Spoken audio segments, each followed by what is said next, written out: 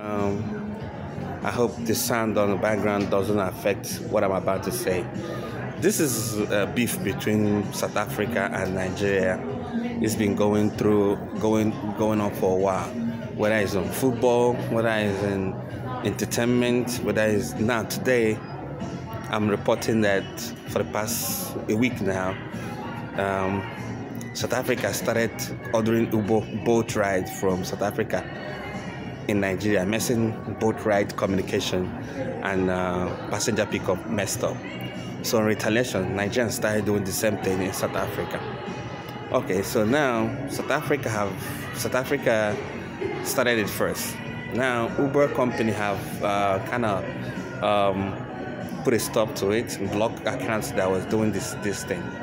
So here's the thing: while South Africa have been insensitive about what Nigeria have done for them, because I don't think they teach them that there's a lady who made a video talking about the importance of Nigeria to South Africa during apartheid struggle.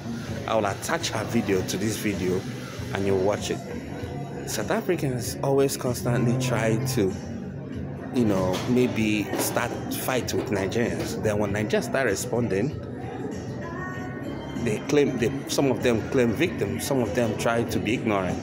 So watch this girl video and tell me what you think, because she nailed it. I keep telling South Africans, Nigeria did so much for South Africa during apartheid era for 30-40 good years. So watch the video. It was point blank Afrophobia, and you know what is the most disgusting about it all? Go and look at the video where this comment is coming from. Go and educate yourselves and find out what Nigeria has done for our country. Go and read up on the history.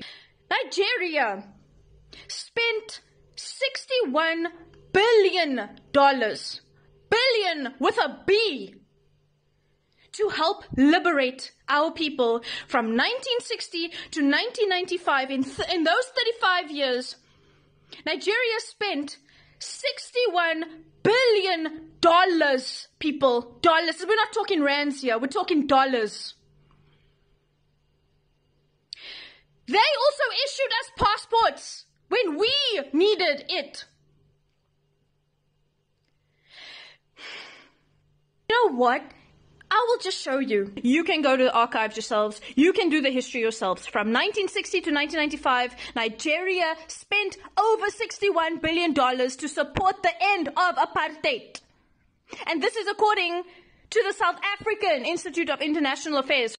This is coming from our archives. This is the same Nigeria that set up the Southern Africa Relief Fund. The same Nigeria whose civil servants and public officers made a 2% donation from their monthly salary. And the same Nigerian students that skipped their lunch to make donations. And by June of 1977, in just 6 months, look at that, they were able to contribute $10.5 million. They called it the Mandela tax. And you want to know something? If you read the history, they were so proud to be contributing towards it. That's why kids in schools were skipping their lunch to be able to contribute to this fund. This is the same Nigeria that allowed our South African students, our South African people, to come over and study for free. For free. They welcomed our exiles as well. Thabo Mbeki was able to benefit from Nigeria. This is the same Nigeria that their government issued more than 300 passports for our South African citizens. The same Nigeria that lobbied for the creation of the United Nations Special Committee Against Apartheid. If you don't believe me, go through the archives. Go and do your fact check.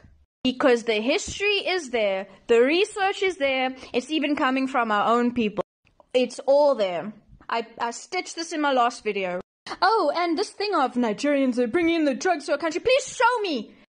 We recently had a massive drug bust, a 2 billion rand drug bust, and show me the Nigerian. Let's play Spot the Nigerian. Please show me where there is a Nigerian in sight, because y'all are very quick to talk about how, they're bringing in the drugs to a country. Where? Because this thing of drug smuggling, this thing of child trafficking, it is not something specific to Nigerians. Not even close. Because in this picture, it's 2 South Africans, one of which is a descendant of, we won't go there, and 2 Mexicans, and there was a 5th suspect that recently came out. There is not a Nigerian in sight. We have just played Spot the Nigerian. Do you see a Nigerian in this? No. Unspeakable. The hate for the descendants of our liberators. But y'all are comfortable with the descendants of colonizers, which we should be, right? We've gotten to a place where it's like, okay, this is the reality. We're going to make it work now. Because we as people of color are the bigger person and we will choose peace. Or at least I was under that impression in the beginning. But then I've also come to realize that no, it actually had nothing to do with that. It had to do with force. This is what the government chose for us, and therefore we will follow through. And maybe that's what is necessary. Because some of y'all can't think for yourselves. You just need to be led by a shepherd, or led because you are sheep in your hatred. You have gone and destroyed this woman's life and her family, and you are so happy about it. You are so proud of yourselves for it, and it shows. Y'all are disgusting. You know what?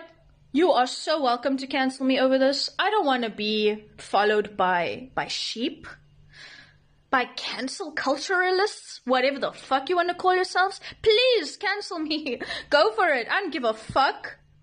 And I've just highlighted how a Nigerian government issued passports to our people. Chidima's mother didn't have to go to these lengths if she was just issued a passport and assisted. Because clearly she needed assistance if she had left her country. Personally, the way this feels for me, Nigeria should come and claim their $61 billion back. You ungrateful South Africans, let Nigeria come, take their $61 billion back and go build their country so that their people don't feel they need to leave. Yeah, let's do that. Let's go and build up their economy with the money they sent us to help us. Because